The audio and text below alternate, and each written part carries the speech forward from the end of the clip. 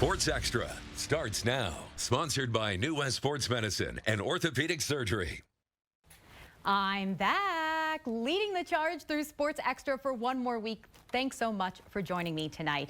We're inching closer and closer to crowning a champion in the Centennial Conference. And the biggest question is, will Kearney Catholic go back-to-back?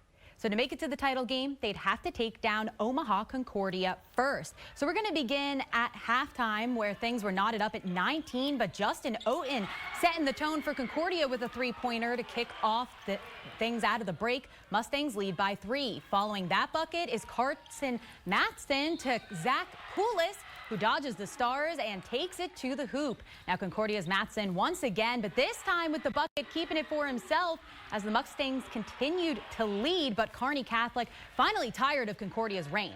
Balling out to Brett Mahoney for the deep 3, and the Stars still though trailed by 2. Back on the near side of the court, it's Mustangs' Quentin McCaffrey getting the ball over the Stars' fingertip for 2 points. Now despite Concordia's lead through the third quarter, Kearney Catholic pulls ahead by 6 in a very close 46-40 win.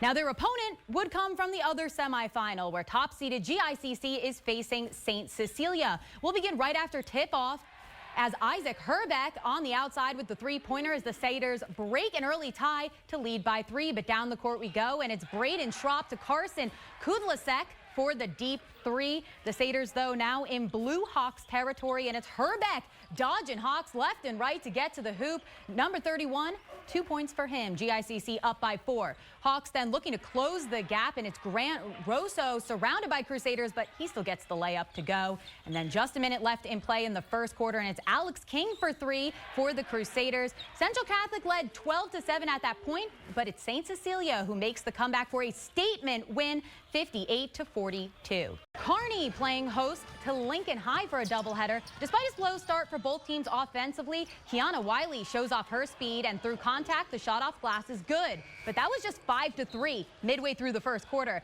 Tatum Rusher then tries to get something going for the Bearcats. She drains a shot from beyond the arc, but Kearney still trailed by 4 after 8 minutes of play. The Lynx tacking on to their lead. Brianna Robinson flailing to the rack. The shot goes, but she yells for the foul and ends up getting called for a tech. And that gives a free point to Kearney, but Lincoln High just too much to handle, ultimately winning 53-44. Now, part 2 of this doubleheader was a thriller. Lincoln High cashing in on the first bucket. It's Andrew Gaines dishing to Vincent Garrett, who finishes the reverse layoff to kick things off. But Kearney promptly responding as Caden Miller launches a deep ball from straight away. It's good to put the Bearcats on top. And back and forth we go as Gaines keeps it for himself this time, getting the floater to fall through as the Lynx reclaim an advantage. But Kearney too hot to handle from three-point territory. First, Will Vanderbeek swishes the triple. That gets the crowd going, and then Parker Wise sees Jack Dahlgren left all alone beyond the arc. He bangs it through as Kearney would win by 10, 66-56.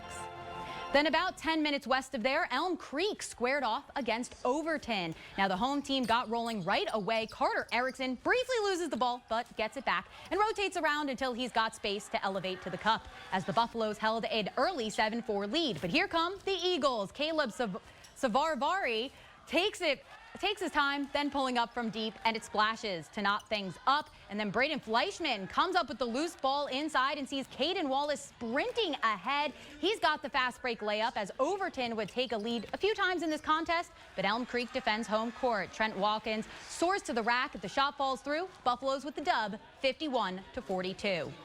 Now the girls' game between these two teams, a bit more of a blowout in favor of Overton, but Elm Creek kept fighting to cut into the deficit. Denise Hunt feeding to a cutting Ashley Bauer. She chucks it up and the ball rolls through. And she had the hot hand for Elm Creek as Lainey Meyer lobs it to her in the low post. Layup is good. She had a team-high 14 points. But too little, too late as Addison Luther decides to pull up from mid-range and hits the jumper. No one slows her down, so why not?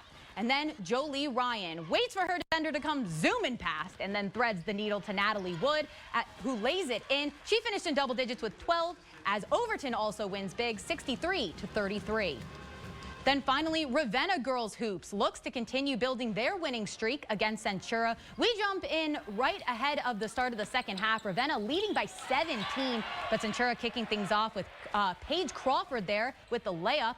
And then all the way down the court, Ravenna with the ball, and it's Morgan Fidelki shoots, and it's 3 points for number 3. The Jays leading 26-8 at that point. Then they're just keep on clicking. It's Fidelki to their teammate Kennedy Hurt that time on the outside. Hurt earns Ravenna another 3 points, and the dynamic duo of Fidelki and Hurt just making it hurt tonight.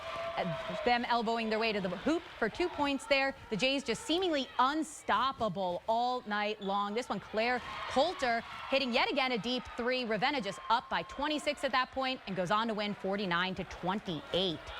Then over on the boys' side, Centura hoping to avoid the sweep from Ravenna, of course, on their own home court. Moving things forward, and it's Centura's Tanner Simdorn to Troy Rasmussen. Rasmussen shoots, and that's a Centurion 3-pointer. Still on offense, and it's Kellen Freeze on the 2-point jumper. Centura leads 5-0 early on, but Ravenna, they're unable to put points up on the board, so we're just going to stick with Centura. This one, Bryce Gorecki back to Rasmussen. Right here, looking out, kicking from the top of from straight away, and he bangs that through. Centurion still with the ball, man. This was just all Centura as Tanner Simdorn's first attempt, no good, snags the rebound, tosses it back up. The Jays put another point on the board, and then we got Gorecki and Rasmussen once again here for the look from deep, and they're going to run away with a victory 51-39.